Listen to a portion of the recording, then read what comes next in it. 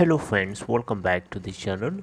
दोस्तों, इस वीडियो में हम बात करेंगे यस बैंक के लिए, लेकिन उससे पहले आप लोगों से रिक्वेस्ट करना चाहूँगा। पहले रिक्वेस्ट कि अगर आप इस चैनल को पहली बार देख रहे हैं, मेक श्योर कि सब्सक्राइब करके बेल आइकॉन को हिट कर लीजिए, ताकि दोस्तों आपको वीडियोस की नोटिफिकेशन मिलती रहे। और डीमैट या ट्रेडिंग अकाउंट के लिए डिस्क्रिप्शन बॉक्स में लिंक आपको मिल जाएगा। दोस्तों, yes bank limited last trading session में अगर आप देखें तो गजब की तेज़ी देखने को मिली। 15.30 पे ओपन हुआ, 14.90 का लो भी बनाया और 16.25 का हाई बना डाला और 15.55 के ऊपर बंद हुआ 5.78% की तेज़ी के साथ। एनएससी के ऊपर मात्र अगर आप देखें तो total volume 89 crore 43,47,648, market cap 38,960 crore रुपए। इसका 52 वीक हाई आप देख सकते हैं। आज का ही मतलब कल के दिन का हाई है 16.25 का एंड लो है 10.50 का। डिलीवरी स्टेटस ज़रा जान लीजिए, कल के ट्रेडिंग सेशन में कितनी डिलीवरी उठाई गई कंबाइंड बेसिस पे, यानी एनएससी प्लस बीएससी दोनों प्लेटफॉर्म पे टोटल ट्रेडेड वॉल्यूम का कितना परसेंटेज डिलीवरी के लिए उठाया गया, आपको पता होना चाहिए। देखिए, 7 अप्रैल 2022 को 98 करोड़ 34 लाख 2,410 क्वांटिटीज़ की ट्रेडिंग करी गई, जिसमें 26 करोड़ 68 लाख 65,020 क्वांटिटीज़ की डिलीवरी, यानी परसेंटेज ऑफ डिलीवरी है 27.1%। आप इमेजिन कर सकते हैं इतना ह्यूज वॉल्यूम जनरेट हुआ कल के ट्रेडिंग सेशन में।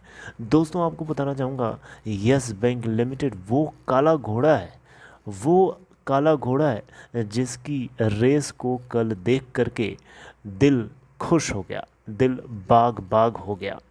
दोस्तों, आपको बताना चाहूँगा, यस बैंक लिमिटेड, अगर राणा कपूर ने इस बैंक को बर्बाद ना किया होता तो ये बैंक आज आपको डबल डिजिट में दिखाई नहीं देता।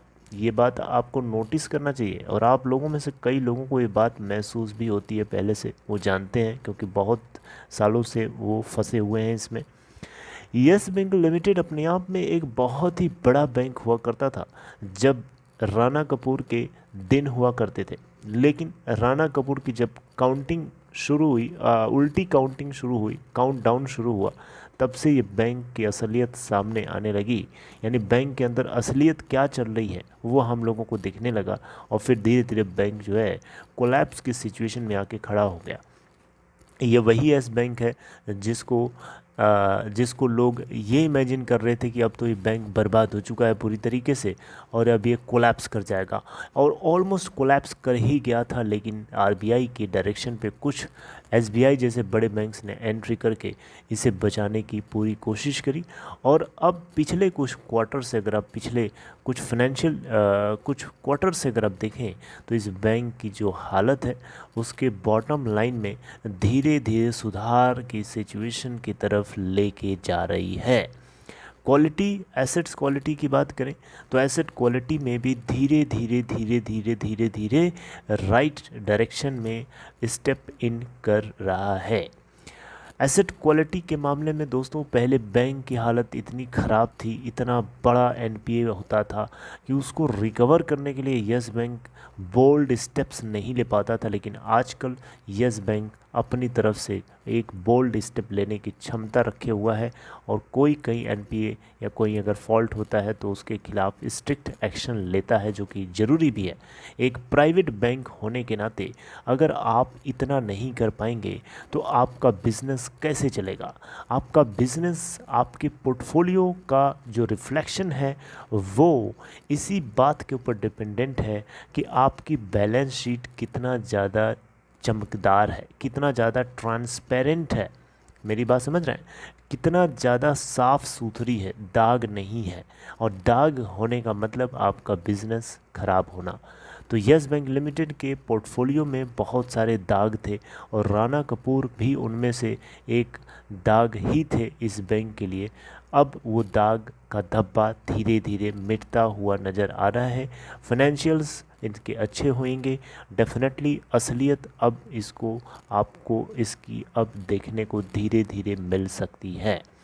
मैं ये नहीं कह रहा हूँ कि आप इसमें आकर के आंख बंद करके बाइंग करना शुरू कर दीजिए, लेकिन हाँ इतना ज़रूर कहूँगा कि क्वार्टर दर क्वार्टर अगर इसकी परफॉर्मेंस जैसे हमें दिख रही है, अगर इसी तरीके से बनी रही तो डेफिनेटली ये बैंक आपको अपने पुराने फॉर्म में धीरे धीरे दिखाई दे सकता है।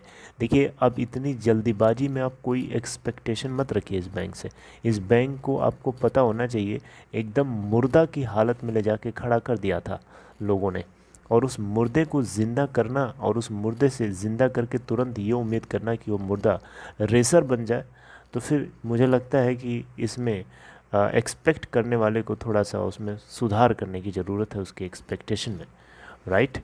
तो अभी मुर्दे को चलने के लिए, मुर्दा अगर चलना शुरू कर रहा है तो आपको अप्रिशिएट करना चाहिए, दौड़ाने की उम्मीद मत रखिए अभी उससे। लेकिन हाँ, ये दिल देख करके दिल बहुत ही खुश हुआ, काफ़ी खुशी हुई इसके इस मोमेंटम को देख करके।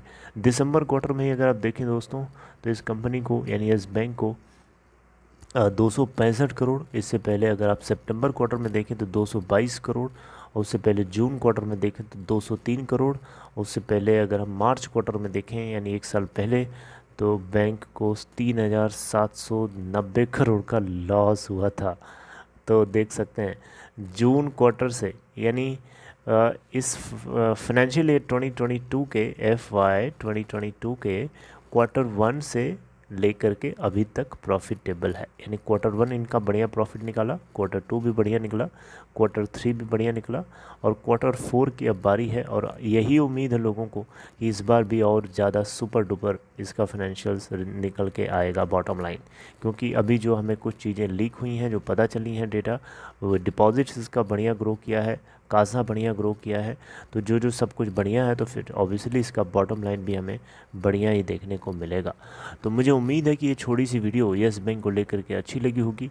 यस बैंक लिमिटेड अपने आप में बहुत ही सॉलिड बैंक है दोस्तों, बस समय है इसके और ज़्यादा हीलअप होने का। ऑलरेडी हो चुका है काफ़ी, लेकिन धीरे धीरे और होना चाहता है। मिलेंगे नेक्स्ट टाइम नेक्स्ट वीडियो के साथ, तब तक अपना ख्याल रखिए, टेक केयर।